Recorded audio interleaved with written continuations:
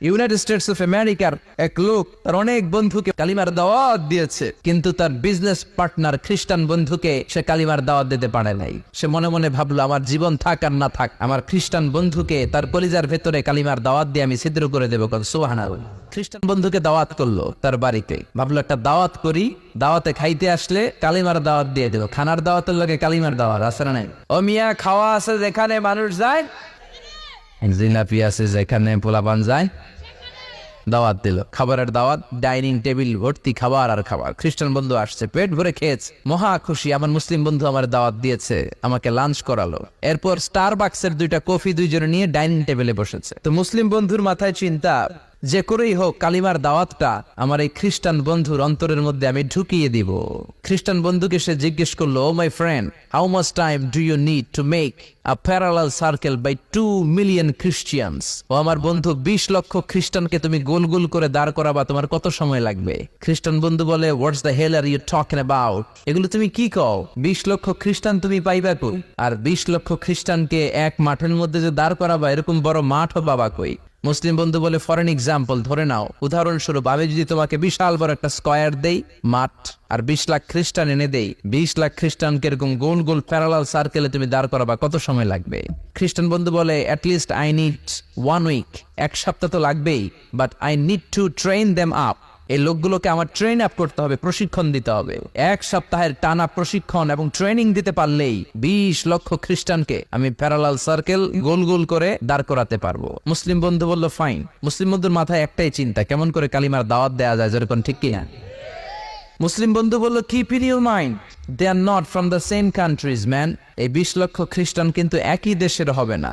Some of them from United States of America, some from England, some from Switzerland, some from Singapore, Malaysia, Indonesia, Bangladesh, অনেক দেশের লোক হবে তারা।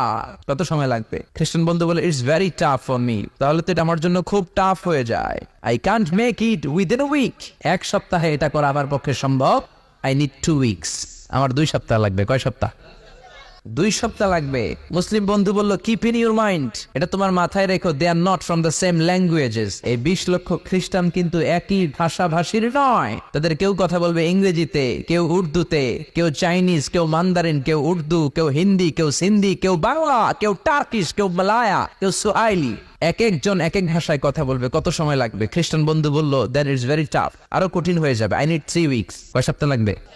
3 সপ্তাহ লেগে যাবে। মুসলিম বন্ধু বলল, কিপ ইন ইউর মাইন্ড, এটা তোমার মাথায় রেখো, they are not on the same ages. এই সবগুলো 20 লক্ষ খ্রিস্টান একই বয়সের নয়, একই লিঙ্গের নয়। কেউ পুরুষ, কেউ নারী, কেউ ছোট্ট বাচ্চা, কেউ যুবক, কেউ যুবতী, আবাল বৃদ্ধ বনিতা, বিভিন্ন বয়সের লোক হবে। তোমার কত সময় লাগবে? খ্রিস্টান বন্ধুকে, তাহলে কিয়ামত পর্যন্ত আমি পারতাম না। হাইতাম না। ভাষা ভিন্ন, দেশ ভিন্ন, কালচার ভিন্ন, বয়স ভিন্ন। আমি বলবো সবাই দাঁড়ান, সবাই যাবে বসে। আমি বলবো বসেন, সবাই যাবে দাঁড়িয়ে। আমি পারবো না। মুসলিম বন্ধু বলল, I can make parallel circle, আমি সমান্তরাল বৃত্তে দাঁড় করায় দিতে পারবো বাই 2 মিলিয়ন মুসলিমস, 20 লক্ষ মুসলমানকে, অনলি বাই 10 মিনিটস, 10 মিনিটের ব্যবধানে। কয় মিনিটে? খ্রিস্টান বন্ধু বলে, ইটস কোয়াইট ইম্পসিবল, এটা অসম্ভব। 10 মিনিটে 20 লক্ষ মুসলমানকে তুমি প্যারালাল সার্কেল, সমান্তরাল বৃত্তে দাঁড় করাবা, কোনো বাঁকাতে রাখতে পারবে না। How come it possible man, এটা কেমন করে সম্ভব? মুসলিম বন্ধু বলে, ইটস পসিবল ইনশা আল্লাহ যদি চায়, এটা সম্ভব। But you have to make a visit to KSA, তোমাকে কিংডম অফ সৌদি আরাবিয়া, সৌদিতে একটু ভিজিট করতে হবে। সে রাজু হয়ে গেল, বুদ্ধি করে জিলহজ মাসের 10 তারিখে নিয়ে গেল তাকে সৌদিতে। আপনারা জানেন, হেরেমের বাউন্ডারিতে কোনো কাফের খ্রিস্টান ঢুকতে পারে না। তার পরিচয়টা গোপন করে মুসলিম বন্ধু তাকে নিয়ে গেল জিলহজের 10 তারিখ, হজের মৌসুমে। মক্কার পাশে, কাবাগরের পাশে একটা বিল্ডিং আছে, আব্দুল আজিজের ওয়াকফ, এটাকে বলে জামজাম টাওয়ার, দি মক্কা রয়্যাল ক্লক টাওয়ার, 120 তলা উঁচু। এটার 80 তলায় একটা হোটেল ভাড়া করলো, একটা রুম ভাড়া করলো। ওই দিন সব হাজী সাহেবান মিনার জবাইয়ের কাজ শেষে ফরজ তাওয়াফ করার জন্য মিনা থুইয়া সব কাবা ঘরের এদিকে বিড়বিড় বিড়বিড় করতেছে। সুবহানাল্লাহ। মাগরিবের টাইম। খ্রিস্টান বন্ধু বলল, where is your magic man, তুমি না আমার একটা ম্যাজিক দেখাইবা? খ্রিস্টান মনে করছে এটা মনে হয় ম্যাজিক। তা না হলে 10 মিনিটে 20 লাখ মুসলমানদের এরকম গোল গোল করে কে সমান করে দাঁড় করাতে পারে? ওয়ার ইজ ইউর ম্যাজিক, তোমার ম্যাজিক কই? মুসলিম বন্ধু বলে, let's go to very close to the window, চলো জানালার কাছে যাই। 80 তলা বিল্ডিং এর উপর থেকে জানালার কাছে যে when they open the window, যখন জানালা খুললো নিচে তাকিয়ে খ্রিস্টান বন্ধু তো অবাক। 20 লক্ষ হাজি সাহেবান, একটা ইজার একটা রিদা, একটা সাদা কাপড়ের চাদর একটা সাদা কাপড়ের লুঙ্গি পরে লাব্বাইক লাব্বাইক বলে কারে ডাকে। এই দৃশ্য কোনোদিন খ্রিস্টান দেখে নাই, দেখে তো অবাক। ইন দ্য মিন টাইম মাগরিবের আজান হতে শুরু করেছে। আজানের শব্দ শুনে 20 লক্ষ হাজি সাহেবান মৌমাছির মতো গুনগুন গুনগুন করতে করতে কাবা ঘরের যতগুলো দরজা ছিল বাপে ফয়সাল দিয়ে, বাবে আব্দুল আজিজ দিয়ে, বাবুল ওমরা দিয়ে কাবা ঘরে ঢুকতে শুরু করেছে। মিলিটারির মতো, সেনাবাহিনীর মতো গোল হয়ে দাঁড়াতে শুরু করেছে। জোরে বলেন আল্লাহু আকবার। খ্রিস্টান বন্ধু দেখে তো অবাক, কারণ তার পুরো জীবনে এরকম দৃশ্য সে দেখে নাই। সুবহানাল্লাহ।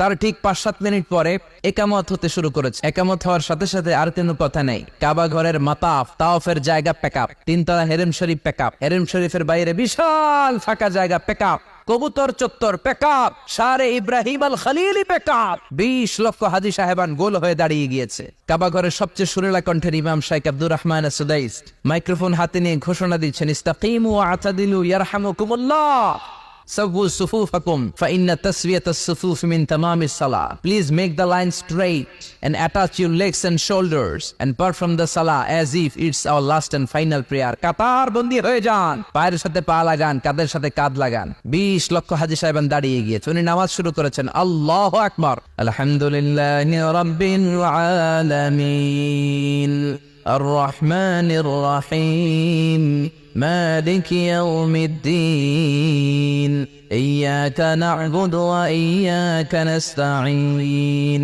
اهدنا الصراط المستقيم صراط الذين أنعمت عليهم غير المغضوب عليهم ولا